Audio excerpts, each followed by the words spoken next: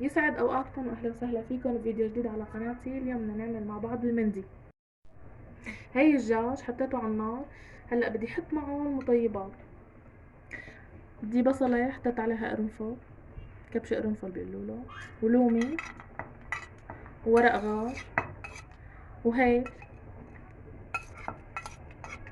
وقرفه. فيكم تحطوا قرفه ناعمه. وعنا هون فلفل وملح وبهار كبسه حد. بدي حدد دجاج انا. وعندي هون لون اصفر ليموني، صفار الزعفران، بدي اخلي المرقه لونها اصفر والدجاج كمان. هلا بقلكن ليش. بيطلع لون الدجاج كتير حلو. هلا بدي اتركهم على النار مدة من 3/4 الساعة للساعة حسب الاستواء. هلا رح اغطيهم كمان ليستووا وبورجيكم اياهم.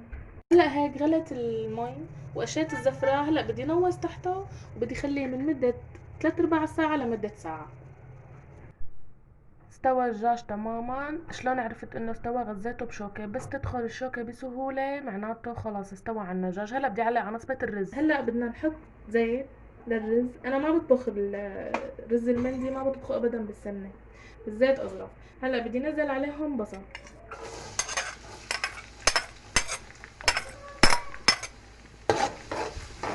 هلا بنقليهم منيح. حطوا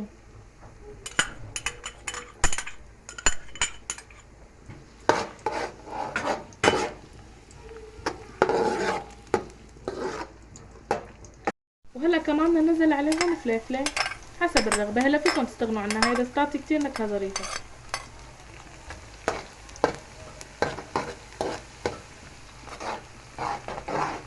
هلا بعد ما تقلوا عنا هون دبلوا شوي، بدي احط البهارات. بدي احط كبش القرنفل وهيل وقرفة، بهار مندي حلو وبهار مندي حد، ولومي وورق غار. بدي اقليهم معه.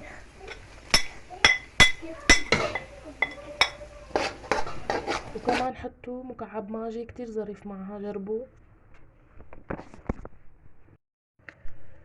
وهلا بدي اقلكن شلون يطلع معكم لون الدجاج تبع المندي. بياخد العقل مثل تبع المطاعم. اخذت شوي من مرقة الدجاج وحطيت عليها صفار البيض. هذا ملون طعام هيك اسمه صفار البيض. وشوفوا كمان الدجاج عندي شلون طالع لونه اصفر، لاني حطيت مي بمرقة السلق، حطيت صفار الزعفران. لا تخربطوا بيناتهم. صفار الزعفران لون اصفر، اصفر لون اصفر حصرا، اما صفار البيض لون احمر. طبعا اوعكم تخلطوه مع مي بيزنخ الدجاج، حصرا مع مرقة الدجاج اللي كنتوا سالقينها فيه. هلا بيطلع لونهم بجنن على الفيلم. او فيكم تحطوا مثلا زيت بدون بدال المرقة.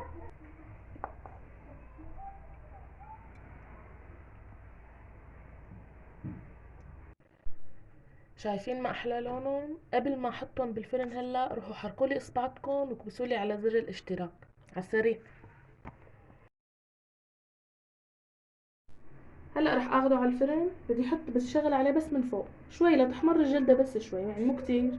شغلة 5 دقائق 10 دقائق.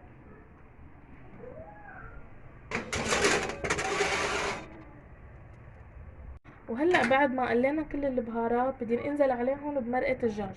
هلا مرقة الدجاج انا صفيتها من كل البهارات لاني حطيت بهارات جديدة مع تقلاية بالتقلاية. هلا بدي لكل كاسة رز كاسة ونص مي.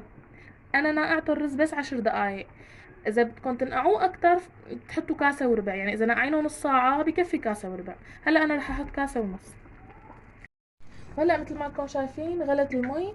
بدي انزل عليها الرز. طبعا الرز مغسول منيح كتير. هلا انا حركت الرز هون وخليت تحته على نار قوية.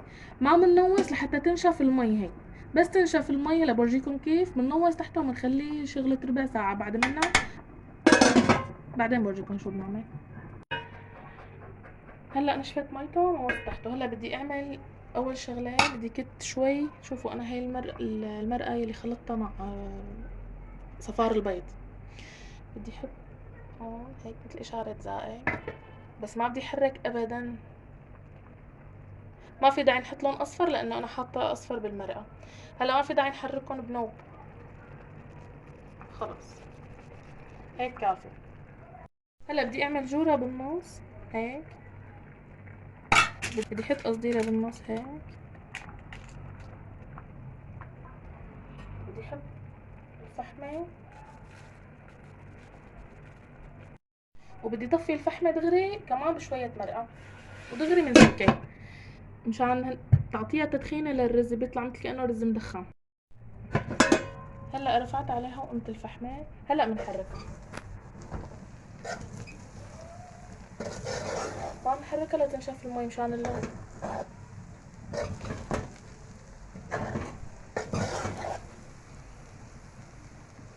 شايفين الوانها شلون؟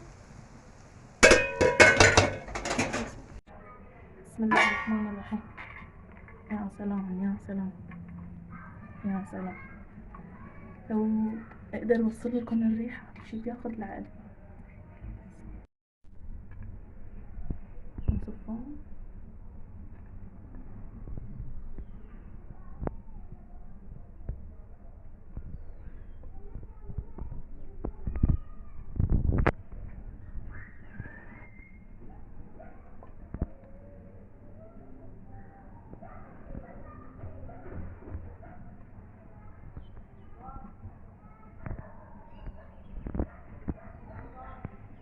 يا سلام.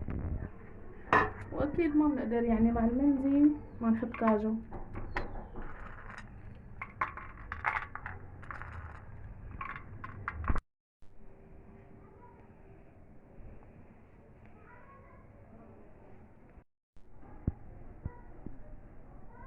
شايفين الرز يا جماعة، كل حبة بحبتها. اعطوني رأيكم. اذا عجبكم المندي اللي عملته وعجبتكم وصفاتي اللي عم ساويها بتمنى تشتركوا بقناتي، وهلا بدي لكم سلام، بشوفكم ان شاء الله بفيديو جديد.